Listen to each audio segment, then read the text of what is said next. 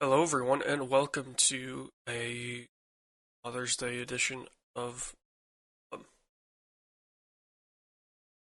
Mhm, uh, Mike. I guess just got off the phone with his mom mhm, mhm. as we're recording this. We had to remember it's the Mother's Day. You call them bright and early in the morning. Make sure you're the first sibling to call them. That's the important part.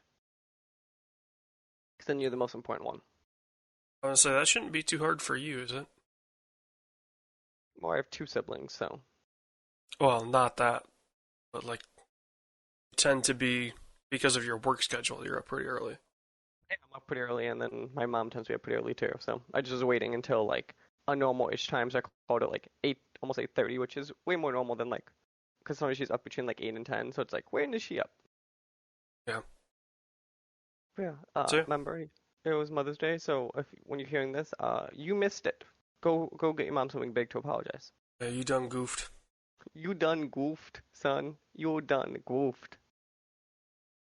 Yeah, it's Nobody this. likes a goof. No. But yeah, let's see. So as AJ said, I'm Mike. That there is our prime boy from Detroit, AJ. AJ, what is Detroit's weather like these days? I have no idea. Did you not go outside ever? I know it's the pandemic and all, but Well, first off, I don't live in Detroit, so I don't know what Detroit's weather is like. But um, it's been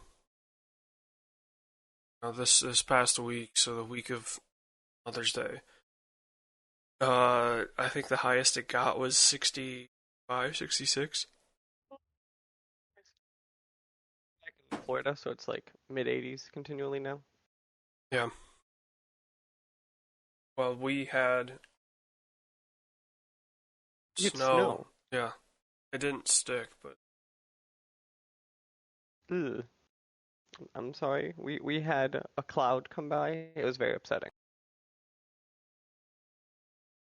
Single cloud, they float by and you're like, oh no, cloud, go away. And it was all good. yeah. I can't imagine when we go down to Columbus for GDEX, it's 45 degrees out at night. How are you gonna handle that? It was fine last year. Yeah, but now you have an entire year there. I get it. I get it. We'll see. It will be fine. I might have to use you as a giant, like, coat, though, just to be safe. That doesn't sound weird. It's gonna be really funny when we see all, like, my old Chicago friends while we're there, and they're gonna be like, is he good? And you'll be like, no, he got used to the Florida. It'll be a good No, time. like, no, Oh. it's not the weather. He just went to Florida and mentally broke, so now he has to wear a human as a jacket. It'd be good. You could call me Hannibal Lecter. It'd be a good time. Not Hannibal Lecter, you call me, what the fuck am I thinking of? Silence of the Lambs. That's Hannibal Lecter, but you're thinking of Buffalo Bill. I'm thinking of Buffalo Bill. I'm thinking of Buffalo Bill. But yeah, let's see. Upcoming events as we were kind of teasing. So MumbleCon is digital. Our panel is in the works. They have to process it still, and then we should have a date next week or so of when our panel will be on the MumbleCon Twitch channel and all the social media. As far as I know, though, it's still taking place during the Memorial Day. They are doing some of them early, so we might be an earlier segment, and then I think they're doing like a bigger stream during when MumbleCon would be taking place. Cool. Oh yeah, and then we will discuss if we would be doing more live events, quote unquote, in the fall. I have to wait and see if live events are happening in the fall or not, which a giant asterisk is right now. Well, if it's in Florida, it'll probably happen.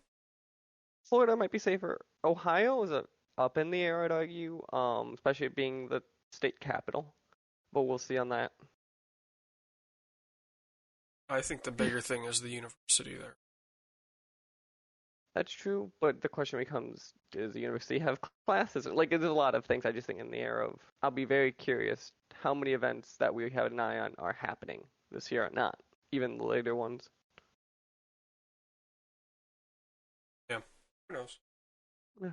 Otherwise, for once, me and AJ look like we did stuff during the week. It's a good time. So AJ, let's start with you. You have let's start with Ember, I guess, a game you've played.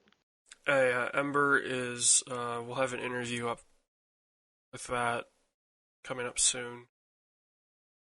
It is a firefighting, uh, it's a satirical take on gig economy revolving around firefighting.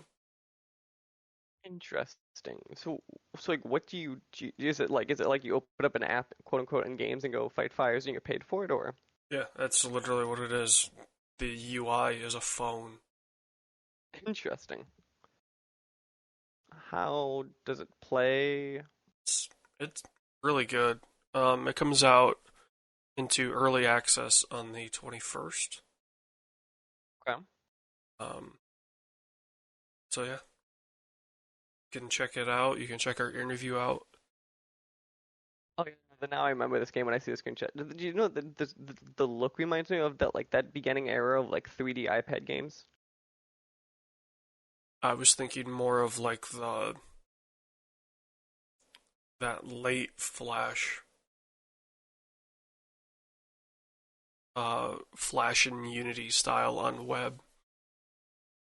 I was picturing more like Subway Runners and like those kind of like that kind of look. Yeah, kind Or of you had cartoony those look. like yeah, you had the Minecraft ripoffs all had that kind of look.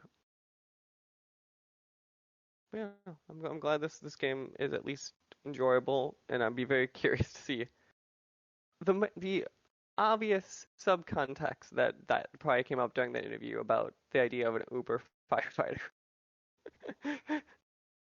Yeah, that was a fun discussion. Interesting. Okay, and then it says here you have another game I think that you have an interview for. Not that I know of. Oh, okay. No, no, no. This is a different thing. But yeah, so what is the next one you have? iRacing. I hopped into that.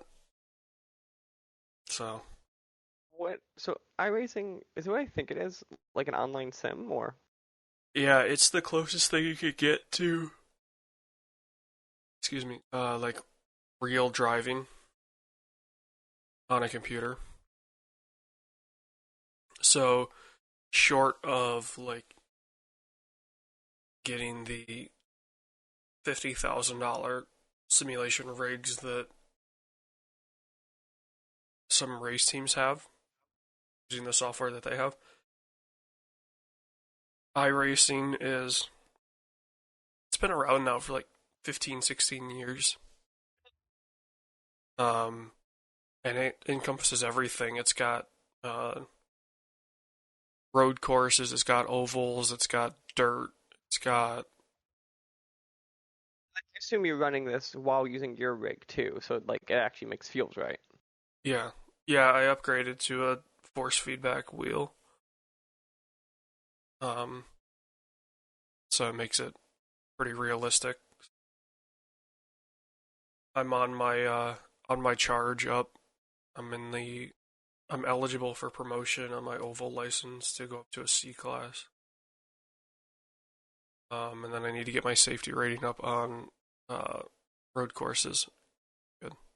To go up to a D class. And then at that point, then I assume the goal is just to keep rising in ranks. Yeah.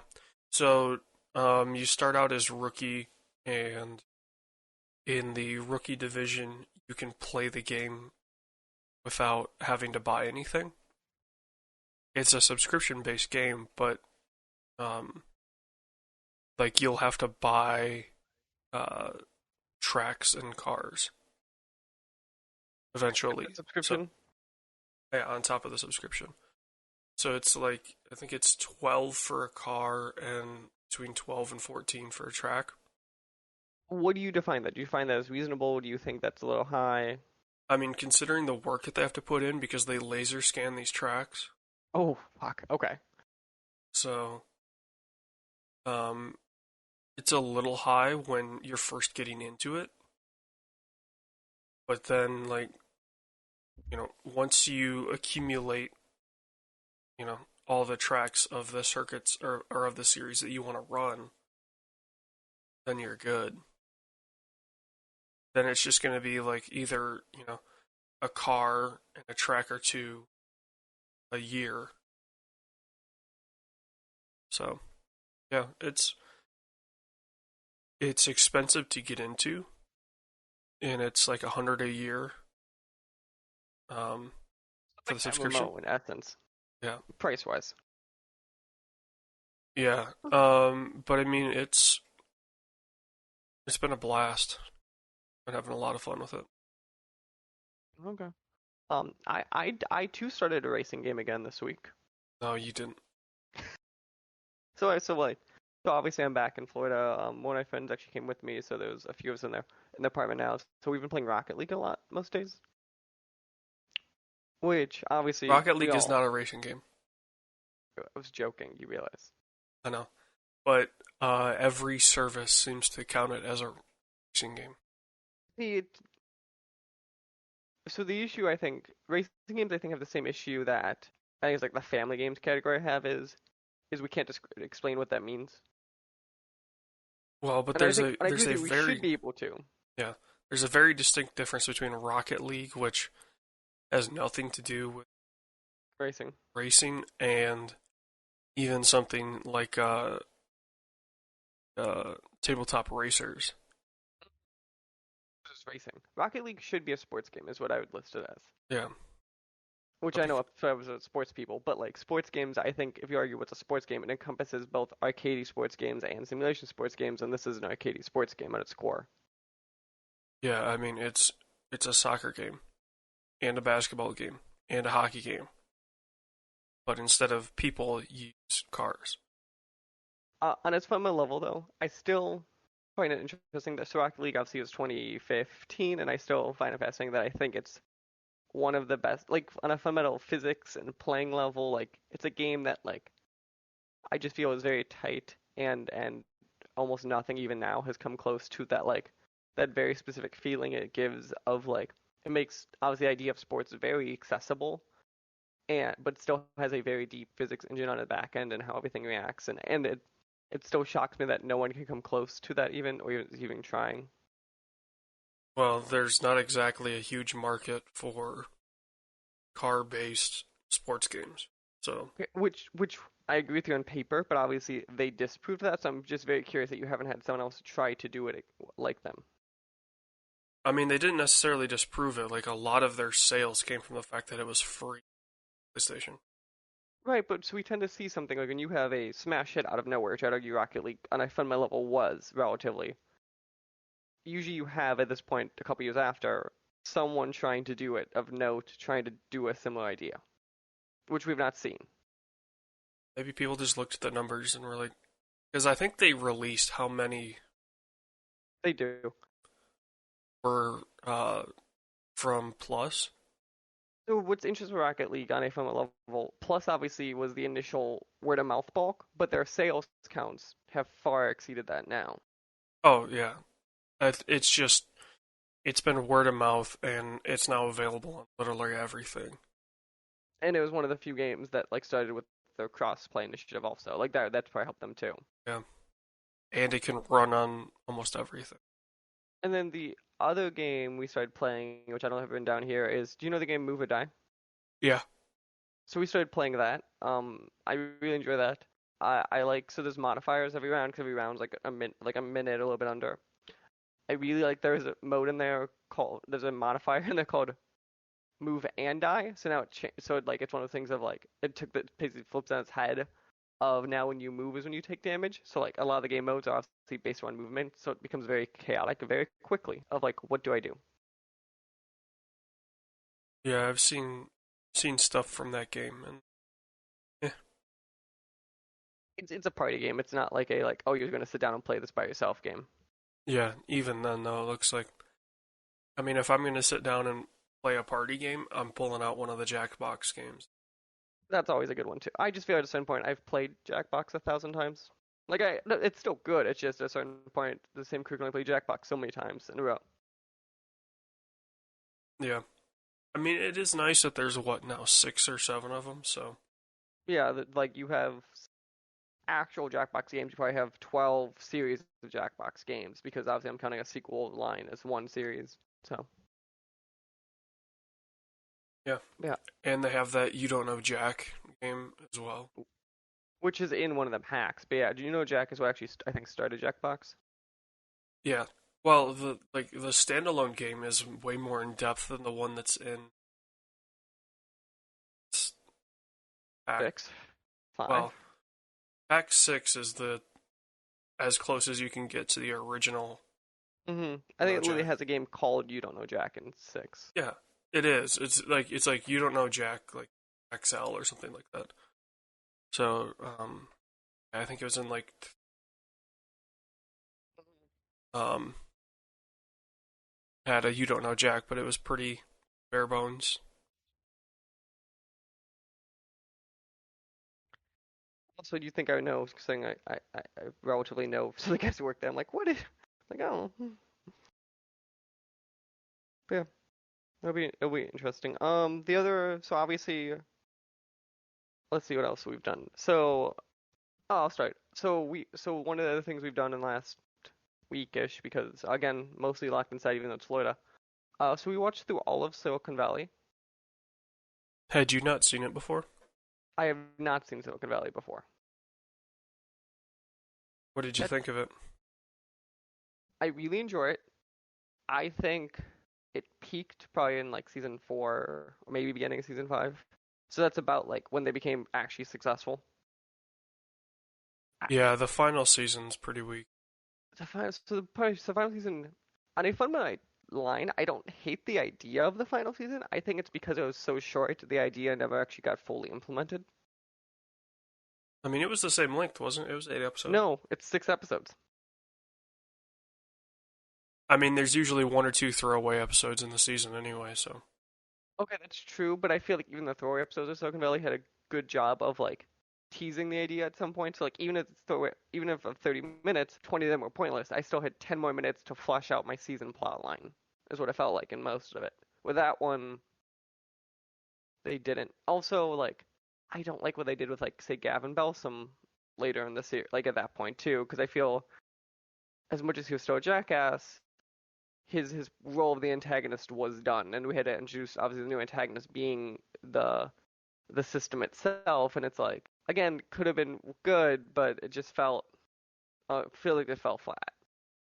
Yeah, they didn't need to focus on him as much. I mean, having him as being the, like, billionaire that's completely lost his mind was pretty fun. I think that was more. I think him losing his mind was more fun than him being the author, for example. Yeah. Yeah, I mean, it was just like his storyline got to the point of where it's like, okay, I don't want episodes revolving around him, but they're making them revolve around him. I really like, Appreciated the. Go on. I honestly, I've really fell off the show. I finished it because I felt like I needed to.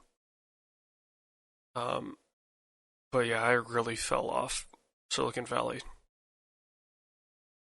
Also, and I know why. It's also real. Like the way they kill T.J. Miller off is Oh, is something. that was such a I like. funny He gag. hands him money. He goes, "How long can you stay here for? 5 years." Yeah. And it's so that's interesting. And then obviously I'm gonna spoil the first season at the beginning of the second season. Obviously the one guy dies, and I find it interesting because he died in real life. So I find it interesting like how they had to portray it in the show.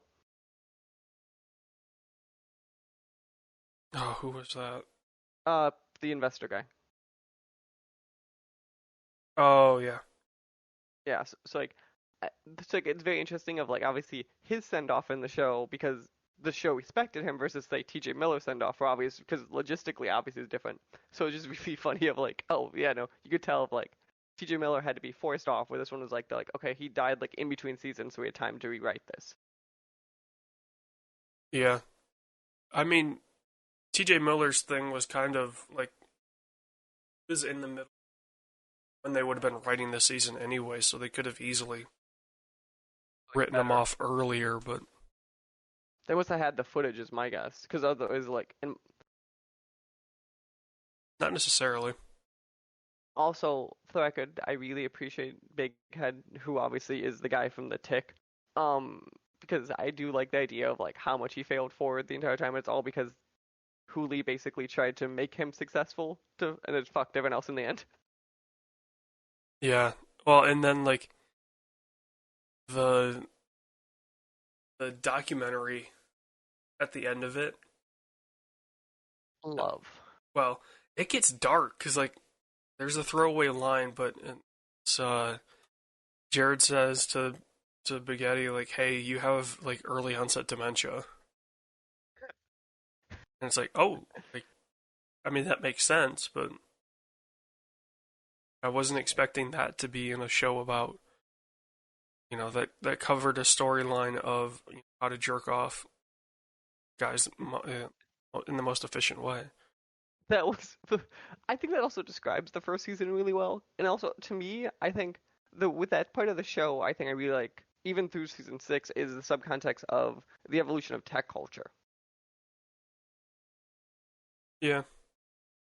Because if you listen to like the show's creators, I was looking up stuff, they talk about how like they took the idea of like them being in tech in the 80s in Silicon Valley, and it almost felt like the show tried to speed up the idea of like 80s tech culture through like modern tech culture with like HR being like you can't do that.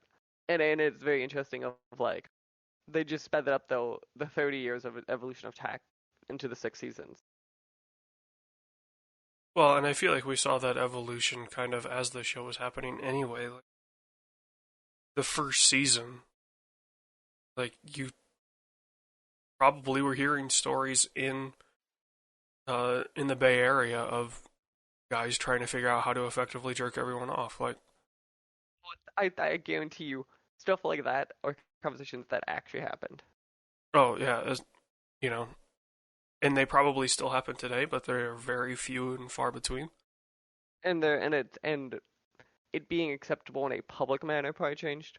Oh yeah, so yeah, maybe not necessarily like accelerating tech culture, but like the way that it changed was extremely accelerated. Uh, Because it I says really don't feel like the culture changed that much pre the show. yeah, I don't think the show also changed the culture. I don't think No, it showed I think the evolution really well. yeah. So now you have Also, on here Limitless. Is this the show or the movie? the movie I haven't seen the movie probably in 5 to 6 years before this. So The I watched movie that. that kicked off the whole like is Limitless the reason anti-vaxxers exist? To be fair, the drug was not a vaccine in Limitless. Well, no, but like the whole you only use what is it, 10%? I think the idea of that being in the very strong pop culture context, I think is probably Limitless. Because I was like focused. Like there's a few other movies kind of Well, talk about some ideas. yeah, Limitless was the first one, but I'm like, is that can we can we associate the rise in the anti-vax culture due to this Bradley Cooper movie that's like, oh, they're not telling you the truth, man. Like, you're only using 10% of your brain at any one point. So I'd say that's why.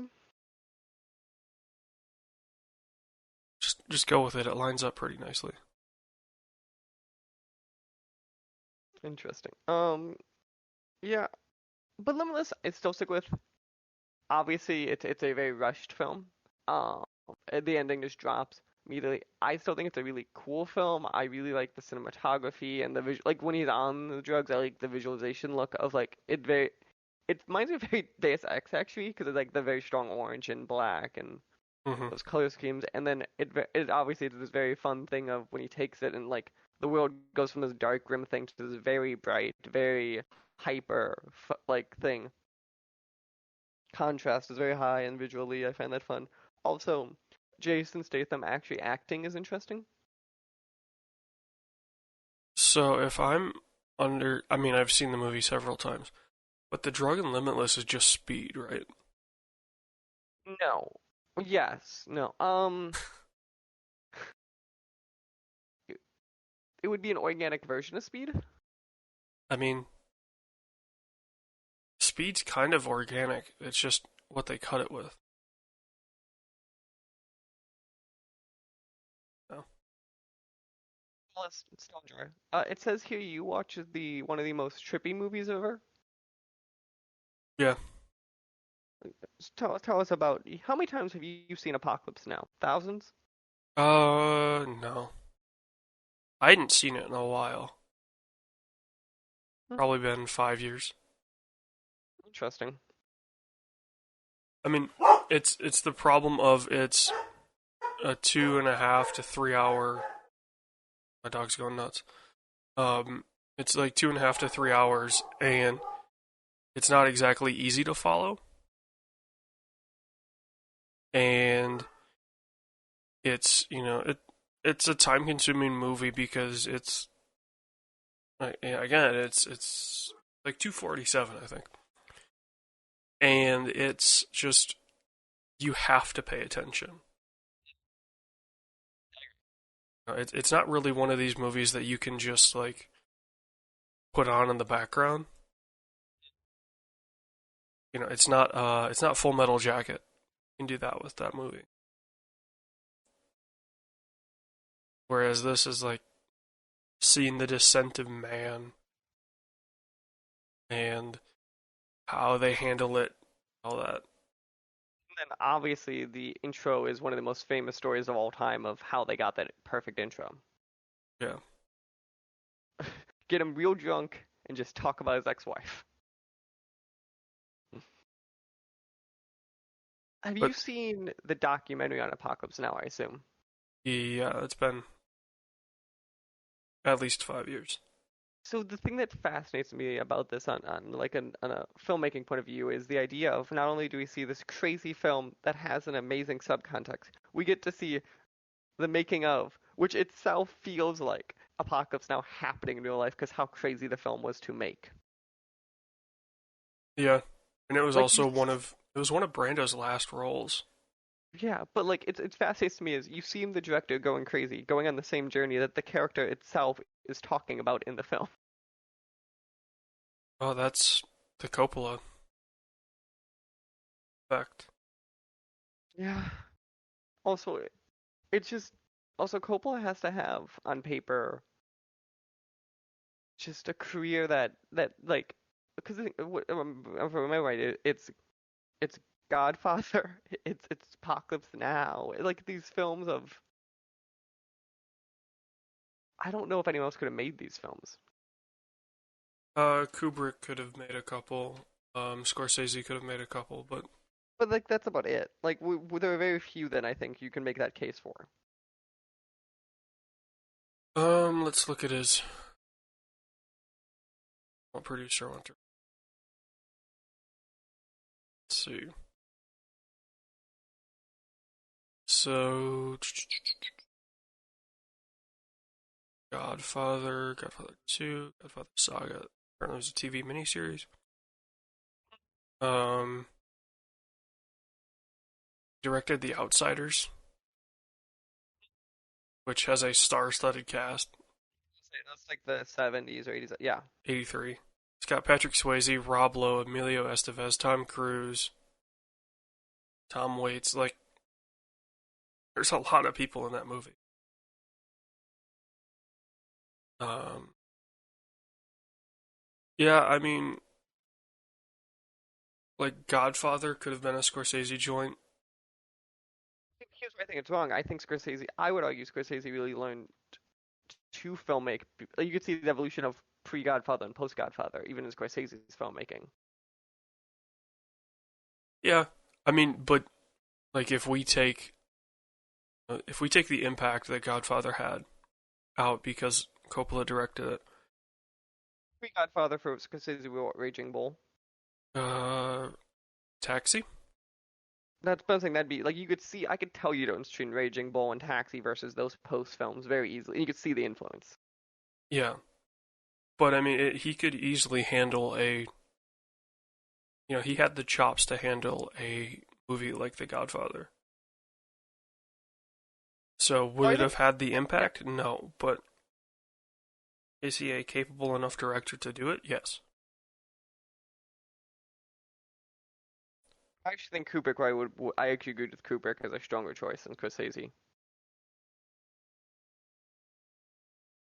Just because Kubrick's films are inherently this very like the way Kubrick tells a story or how dark like he has that instinct in him. Like, I mean, Scorsese's darker than Kubrick. Kubrick is more of like the psychological thriller side of it. which, but I'd argue Godfather and obviously Apocalypse Now a lot more. I think that is on a fundamental way their strength. Like they do that. That is part of their thing.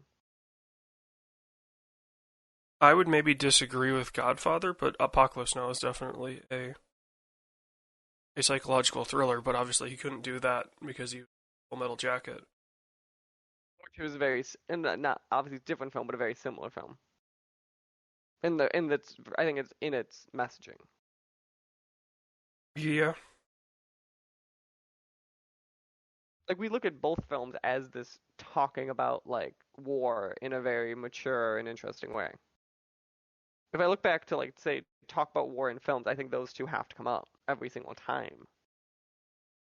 yeah. I would say like a excuse me, Apocalypse Now, probably Jarhead for modern conflicts, and Black Hawk Down. I think that's another one you kind of have to talk about because I think you get the evolution of filmmaking then really strongly too. I guess the only thing that Black Hawk Down does that Jarhead wouldn't is it shows kind of the guerrilla tactics that the African conflicts were revolving around. Do you think American Snipers are the discussion too, or no? No, Interesting. that movie is such a puff piece for the war machine that no, it doesn't talk about. Hear me out. You know what film has to be on the list, right? War Dogs. Oh, absolutely. In the quote, you know, my favorite quote from War Dogs is,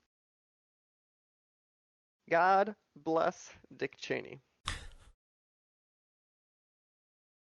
I'll never forget that movie because that was one that we saw in downtown Chicago, I love that theater. That theater is fucking great.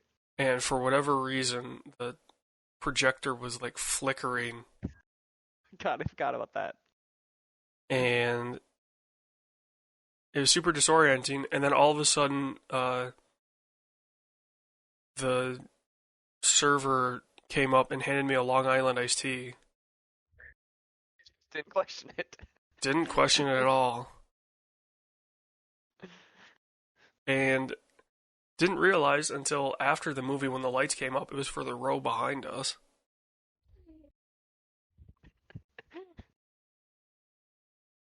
Jesus. Meanwhile, I was what, like 19 or 20? It was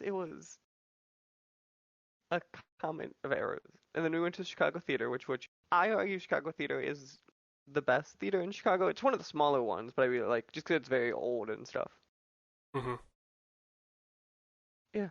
Yeah, that was a hell of a day for sure. Hell of a day. Let's see. Otherwise, other updates. I'm back in Florida as we used to talk about in the beginning of the show. It's warm.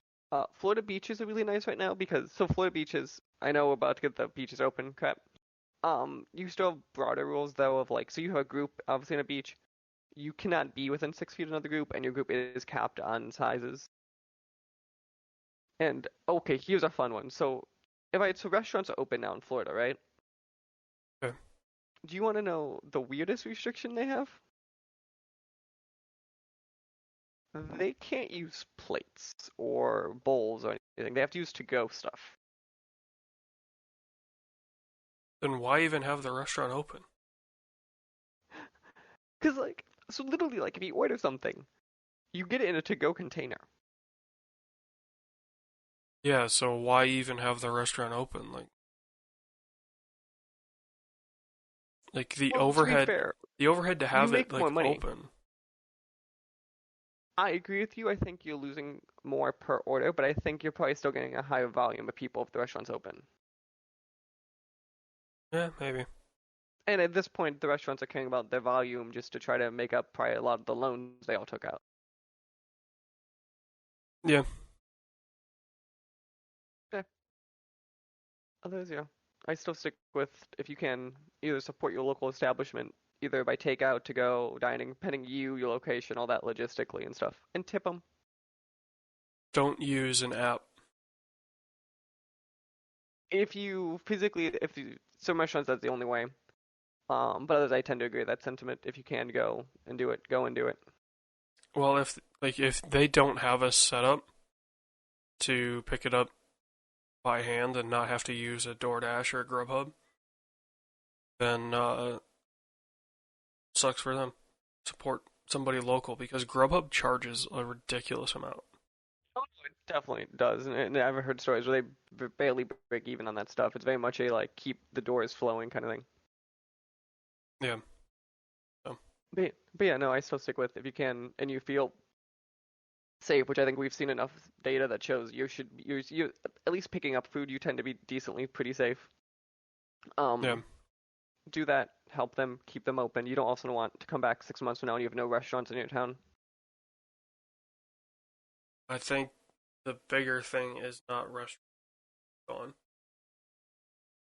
I think we're starting to see some. I think we're seeing restaurants be more sustainable than we thought. I think it's just because people have been buying from them probably more than they were. Yeah. I mean, it's going to be, we're going to lose family businesses before we lose restaurants. Restaurants tend to be a good chunk of family businesses, Mm, especially like immigrant families. yeah, like non-franchise businesses for sure, but like I'm talking more of like the corner stores. Yeah, we're gonna lose a lot of corner stores. I'm very concerned about movie theaters. They'll be I think fine. game stores actually have been proven to be more decently sustainable just because they tend to have a hardcore audience and they've found ways to adapt relatively well. They've lost a lot of like tournament fees, but they tended to find other, at least some revenue sources to keep sustainable. It still surprises me though that GameStop is in business. GameStop surprising me. GameStop, I will be curious if a VC fund doesn't just come buy them out after this because obviously right now in most states they're stuck to either pick up orders or some states have them open, but like already with their volume being down for these couple weeks, how like do you have this money in bank?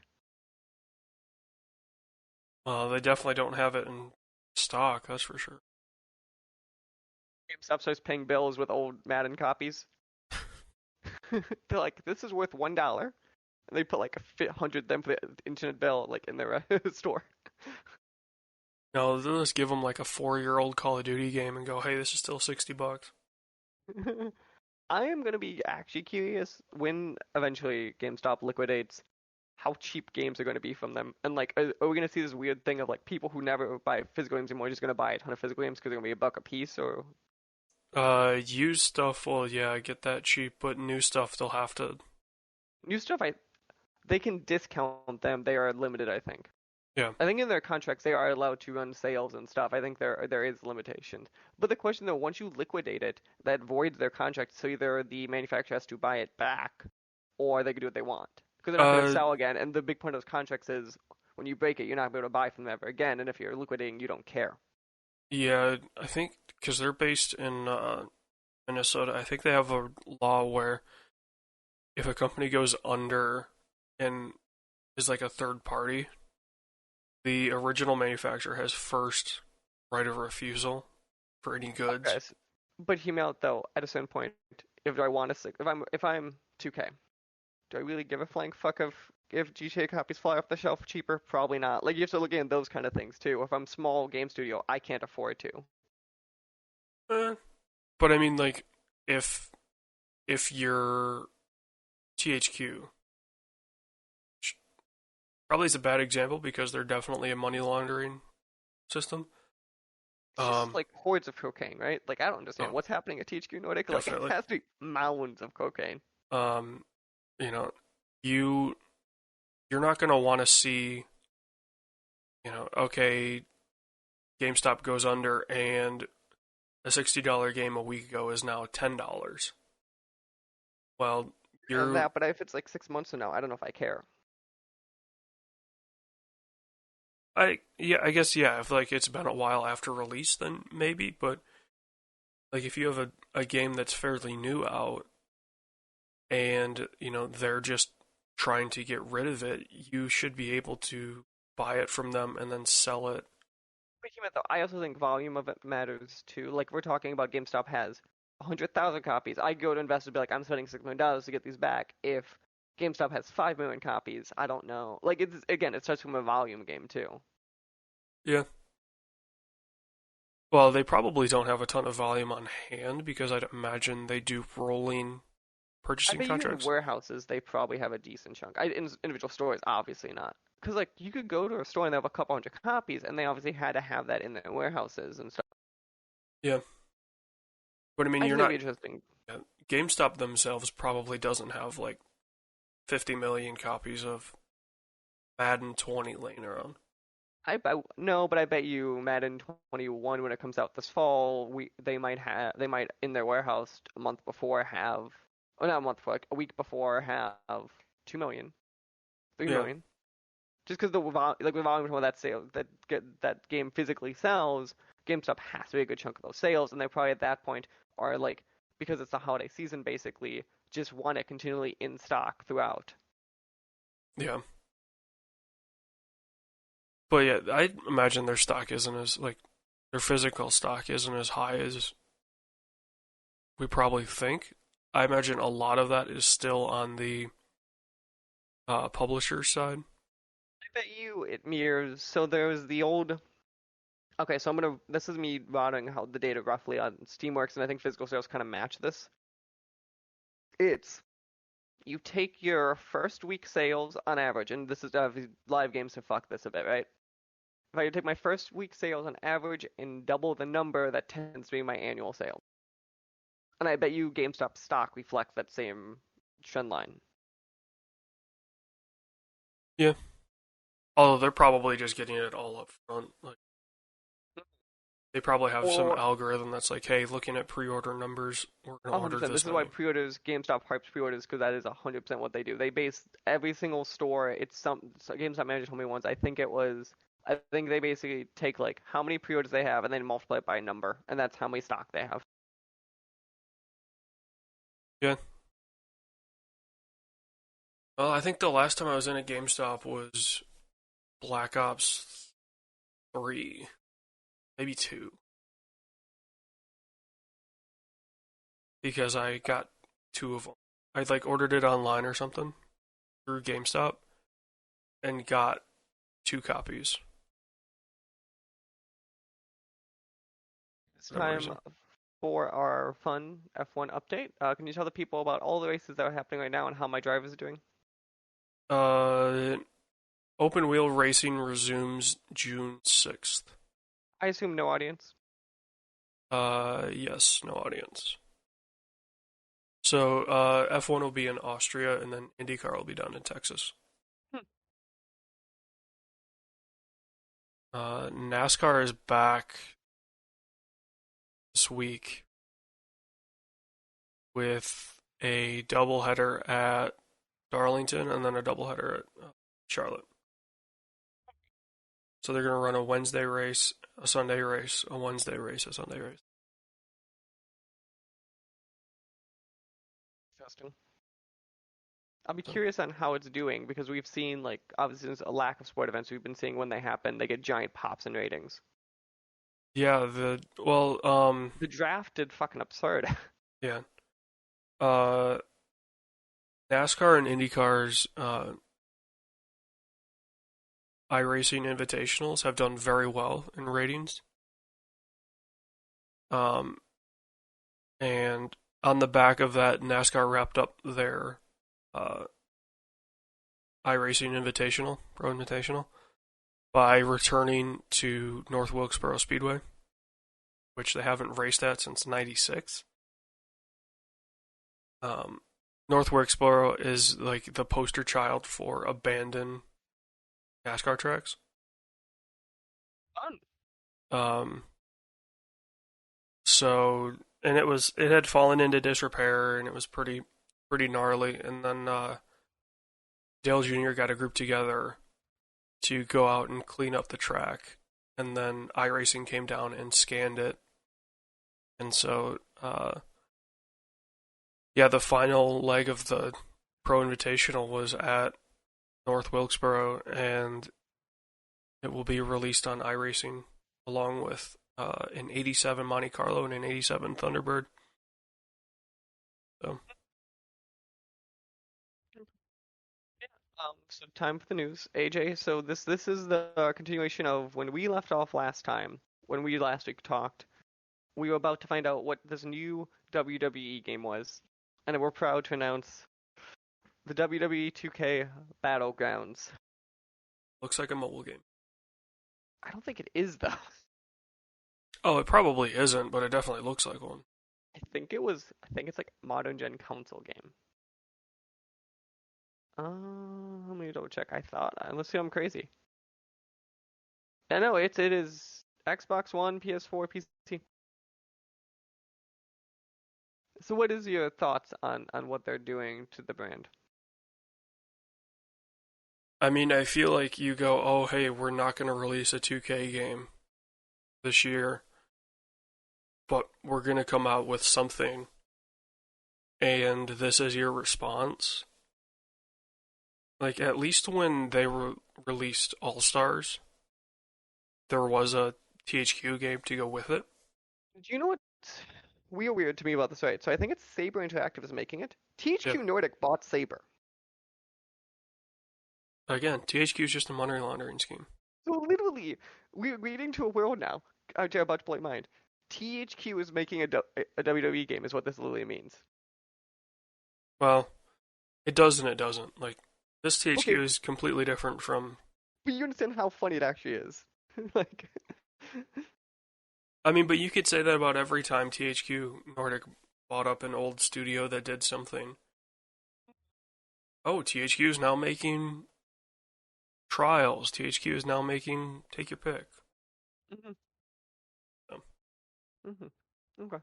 But yeah, the next big thing I thought was a funny news story is it's announced now that Nicolas Cage is gonna play Joe Exotic in a scripted series, which from CBS. What I find really interesting about this, right, on a film level, is this is Nicolas Cage's first TV role well, so this is CBS TV, so it's not necessarily going to be on on CBS. Yes, CBS. but so many comments about this. First off, I appreciate now how there's like three things with like Tiger King happening, and also who looked at Joe Exotic and was like Nicolas Cage. I like it. I mean, he's probably the closest. It's it's a lot to take in. I also find it interesting that he's never done TV. It's not super surprising. I mean, there's a lot I of think big name actors that haven't. I just find it interesting 'cause he's been acting long enough where his career has been during the peaks of like TV. So I'm just more shocked that it just never happened. I mean, but like the peaks of TV and film actors were completely different animals. Yeah, but I thought like the early 2000s argues where we saw them kind of emerge back. That was really only on HBO though. Right, but how is he not doing HBO stuff? Like I feel like he'd be someone if you're HBO. You'd have to pay a ton of money to get Nick That's Cage. That is fair. Because one thing about Nick Cage is we all give him crap because he won't turn down a role, but like when he wants to act, he could be really good at it. Oh yeah, he's a very good actor. The issue is there's a lot of other times where he's not a good actor. That's kind of where his people give him crap for. Yeah. Yeah. So I'm gonna be fascinated to see how this all turns out, as we'll call it. So yeah. So one of the things we were talking about. So there is this feud currently happening with Universal, AMC, and now like a couple other movie chains basically where basically Universal obviously did Trolls World Tour online, apparently made enough money where they think it's successful, and now they're talking about just skipping theaters for certain movies or doing a day and date. And the big movie theater chains obviously are not happy about that on any fundamental level. I mean, this is taking your ball home because you're not getting what you want. Like, you know, in in the business world, we're seeing this with, Elon Musk is saying, oh, he's going to leave California. Which, on a separate note, I think that's California's last car company, which would be very interesting. But yes, Well, but it's just like it's ridiculous that this guy that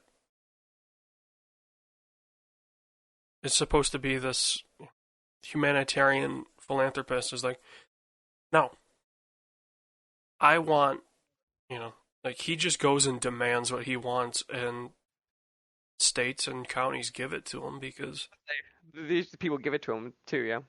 because it would be a PR nightmare because he's such a his Tesla fanboys are some of the just most adamant and like if you drive a gas car, you're wrong. It's ridiculous. But Yeah. yeah, I mean AMC doing this, I mean we were kind of waiting on what company's going to pull the trigger first of which production house is going to pull the trigger first of, hey, we're going to start offering our stuff day and date. I am very curious who's gonna blink in this order. I'd say probably AMC. What came out though, I think, especially with Universal being part of a public company, they're gonna lose so much money if we get to Fast 9 for a second. That I would just think that I mean, will they they would lose a lose ton so of much money money. though? Like if they go Yes. digital only, like that's a lot of cost that you're saving in terms of not only having to split ticket revenue, but then also distribution costs for the film. Like that would be a not insignificant chunk of money that you no longer have to pay. So while yes, Fast 9 may no longer be $1 billion movie, your overhead is much lower and you can operate way more efficiently. And, every dollar that you make is going to you. And then I guess splitting with AWS or whoever you host. Yeah. Um, I just think it'll be interesting because I think I agree with you on the stance of AMC cannot take the same hit that Universal can. The question just becomes like, is it worth them blink? Like, do they think they're like that fight obviously is going to drag down a lot of costs too? So it's gonna be interesting, I think. I mean, I feel like if AMC opens back up and is like, you know, the next Universal movie they offer, showing that they really didn't mean this at all, people will just talk like they're a joke. Like we are now in a day and age where your public statements are, even if they're on Twitter, are taken as fact. And there's a lot of people out there that will fact check the hell out of you. And could make it like kind of just a PR cluster if AMC, releases a statement of we're going to carry whatever the next Universal is. I don't know what it would be, but they could probably last like a smaller Universal movie. They could, easily not carry, but there's no way AMC could survive the rest of the year and then not have Fast 9 in the summer of next year. I think Fast 9 would be the like killing blow. Like if they don't have it, they're done. The question, what I find interesting though, is every movie theater chain now looks like they're on the AMC side though, which actually I think them standing united it has a better shot at making Universal blink. Like if Mm. it was like AMC did this, but like Regal and the other ones are like no, still come. Like that would be a different story. I mean, you have to be, in solidarity in public, but, you know, if AMC holds out and Regal is like, nah, we're good, we're gonna take the movie. This is why the football, the strike never works in the NFL is because people start needing money and they one by one they fall. And eventually everyone caves into the the person applying the pressure. In this case it's Universal. Like AMC is not applying pressure to Universal. Universal saw the success of Trolls World Tour and is like, hey, we can do this. We don't need you guys. Yeah. Speaking of the film side of things, I find it so the Oscars have now changed the rules after the closing of movie theaters to allow VOD movies to now be nominated for Academy Awards. What is your thought about that? That's fun. What I find so a couple things I find interesting, obviously. Just remember this: the Oscars happened when this all started, which I find weird.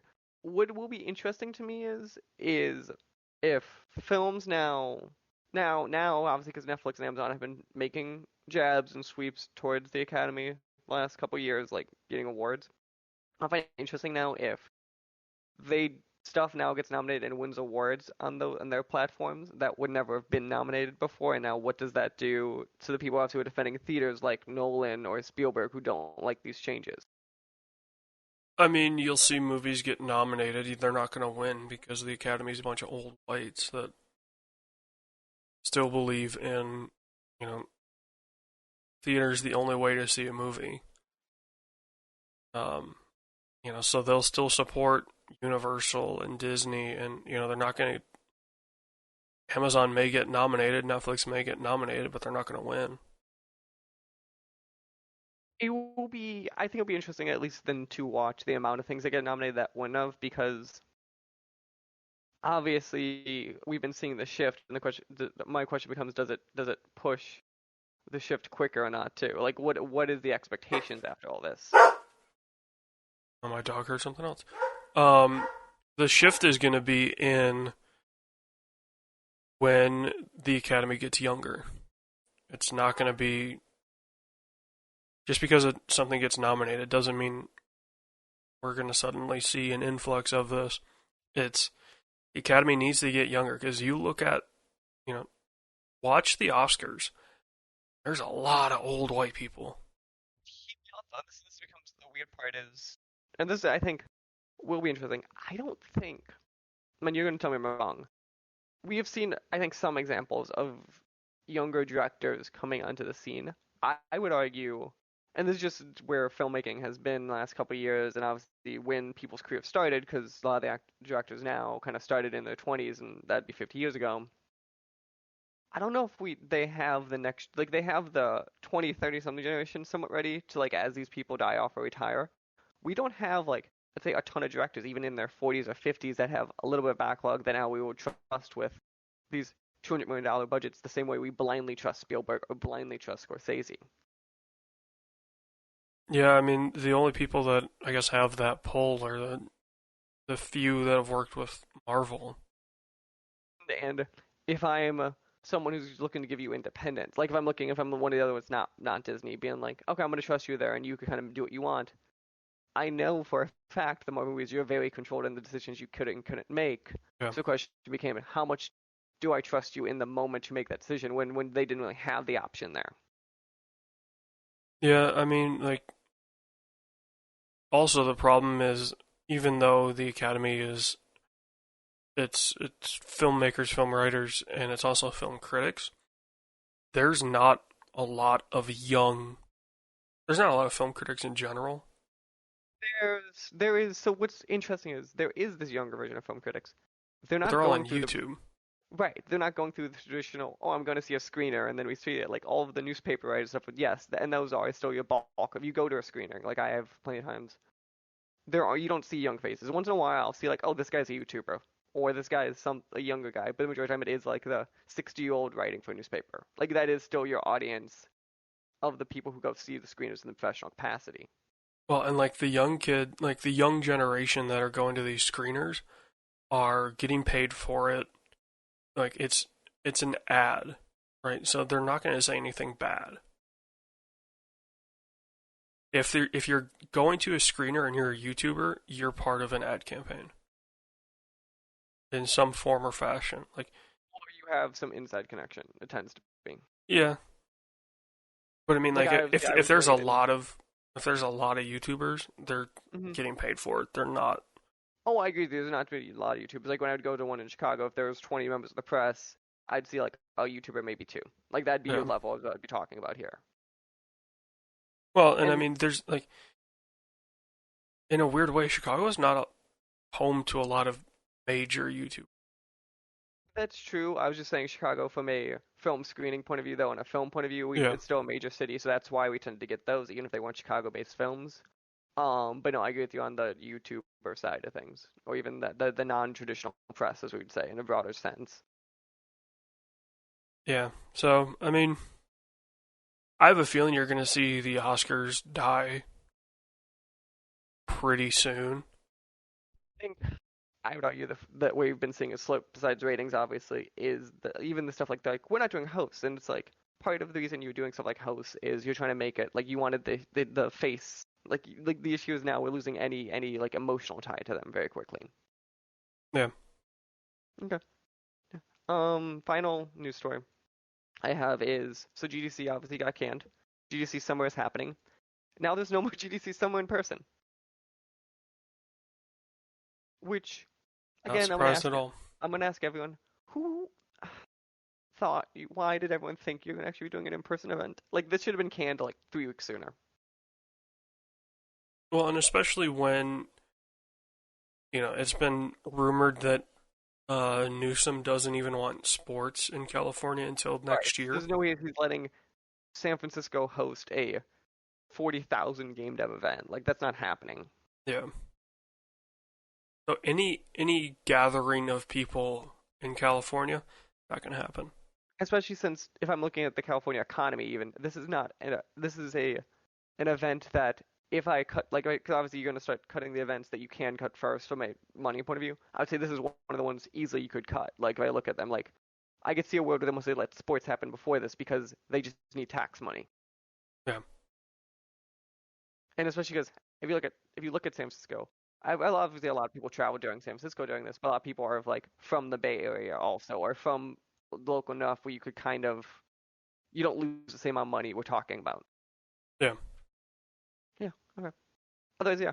As usual, games to watch for. Nothing new on this list. I saw BioShock Switch comes out on the 29th. Fast and Furious Crossroads come out on the 31st, which we'll find a way to make AJ play. And then Wasteland 3, again, delayed till August 28th. AJ, it is time now for movies. I'd say we start with obviously Rocky 4 since it's part one of the two movies. Mm-hmm. Yeah, I mean it's the perfect lead-in to Creed 2. Like definitely if you hadn't seen Rocky 4, don't necessarily need to see it to see Creed 2, but the background of Creed and Creed 2 completely revolves around Rocky 4. So seeing it to know kind of where the movie comes from and why Adonis and Rocky are kind of at war with each other. Seeing Rocky 4 really helps a ton, but What interests me about Rocky 4 is on a fundamental level, it reminds me of the thing with 80s movies where like they just don't know how to end. Like it's like it ramps up, up, up, up, up, done. yeah. And that is such a sign of the times of conflict's over. We don't need resolution. Well, and it was also like it was a movie of the times, right? Like it's totally a Cold War obviously because one of them's Soviet and one of them's American, but like there's no easy conclusion to that because if you say, obviously Rocky wins, but if you make it a super like Russia bad, Soviet Russia bad, that movie's not going to do well overseas. And granted, Rocky never did great overseas anyway, but there's still this like, you can't really resolve it because there is no resolution yet. Also, at that point too, if this film was made 10 years later, you could end with you could make it be like, and the Soviet Union fell, but you couldn't do that yet. Yeah. Which I think is 100% what they would have done if this was made like in the mid 90s, for example. Oh yeah, there would have been a side by side of Rocky on TV and then Drago watching as the wall fell and the Union fell. Also, I think it obviously has some of the best training montages in the series in this movie. Like Yeah. them in Russia training, I think is really cool. Yeah. I also the idea though of like, hey, we're gonna bring Rocky to Russia and we're gonna send Drago to the States is such a like, why? Also it's such the like Americana 80s film of like the Soviet have the machine, but we have the heart. As you see like Drago like running on like tech on like machines with piping on him and sensors where Rocky's like pushing a tire. Yeah. And Drago's getting juiced and Rocky isn't, even though everybody knew Sly was on the juice. Like, Also, the other big thing I think is, and we'll get to it in a second with Creed 2, is I enjoy the fights in Rocky, but I feel like, and it also could just be it's so ingrained in pop culture, I don't feel like there's a tension with them anymore. The same that we do with modern movies of similar topics. well, and they were shot completely differently. Like, hmm the Creed series isn't afraid to literally get in the ring with the camera. Which I think is way cooler. Yeah. Yeah. Otherwise, I think my issue with Rocky 4, which is my issue with I think the Rocky series more than the Creed series is I would argue it's somewhat shallow. The difference between Creed and Rocky is Rocky it is a boxing movie first, and it is about boxing. Where I think Creed is a like more of a drama-ish film with boxing as the background. Yeah. And I mean, that's, excuse me, it's a sign of the times. Like, Oh, 100%. in the 80s and 90s, boxing was huge. Now, it's UFC, but even that's not. Even Also, UFC's nowhere near what boxing was. was in its heyday. Also, I find it interesting as we get to Rocky 4 is like 95 minutes, and then Creed 2 is like over 2 hours.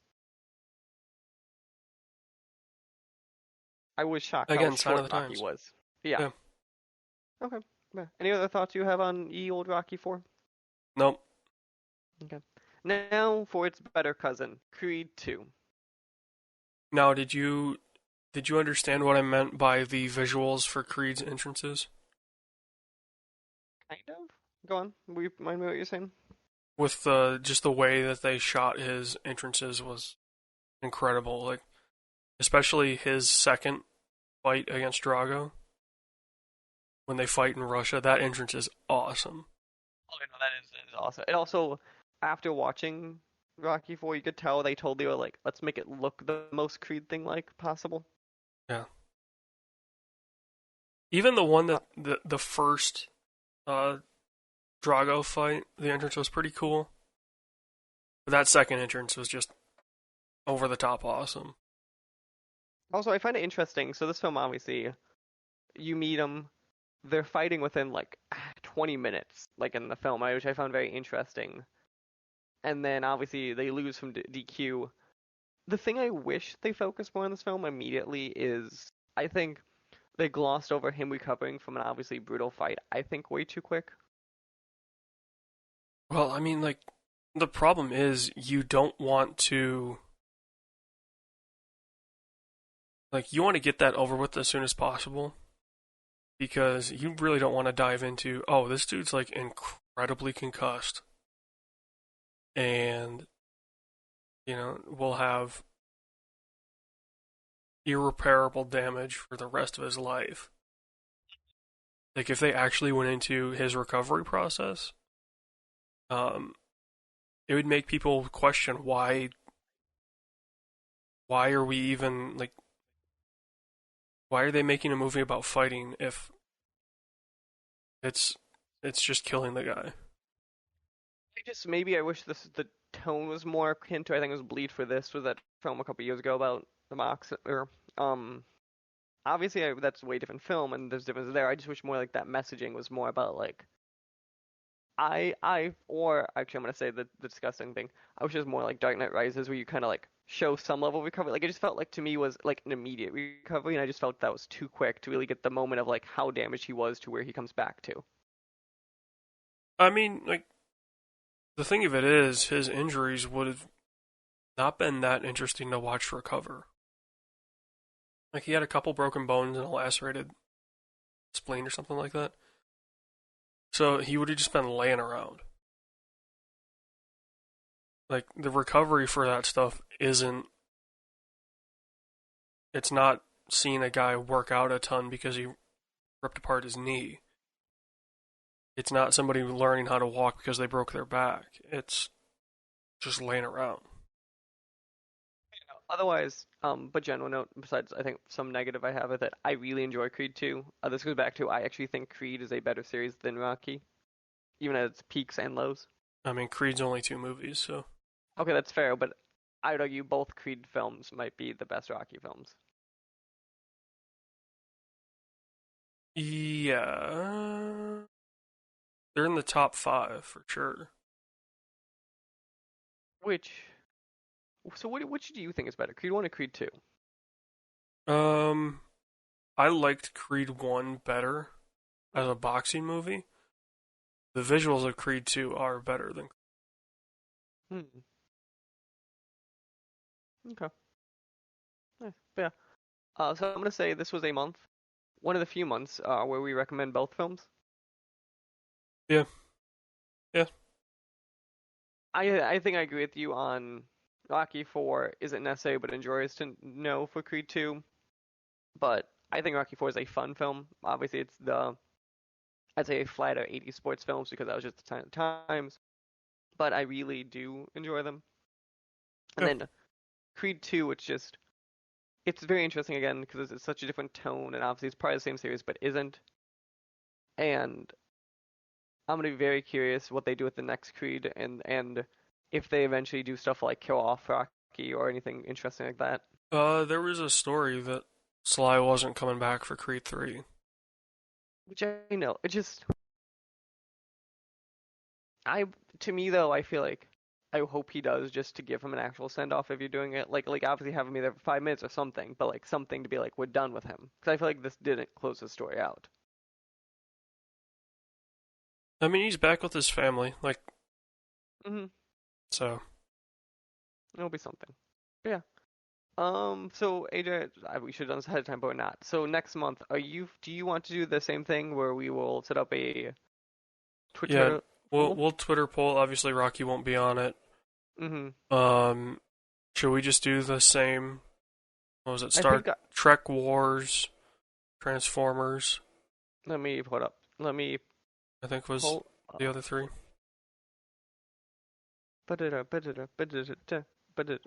Okay, we had on the list originally Star Trek, Star Wars, Terminator, and we could switch out Rocky for Transformers. Yeah. Okay. For some reason, I thought Transformers was originally part of the poll. But. No, I realized it after, so I tried to make, but no.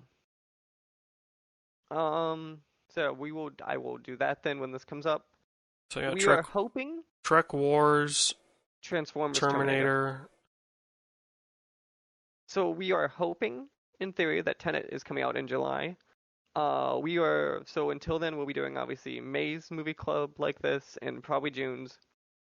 I think the Tenet thing will Well, be a it's giant definitely asterisk. June's because this is May's movie club. That's true.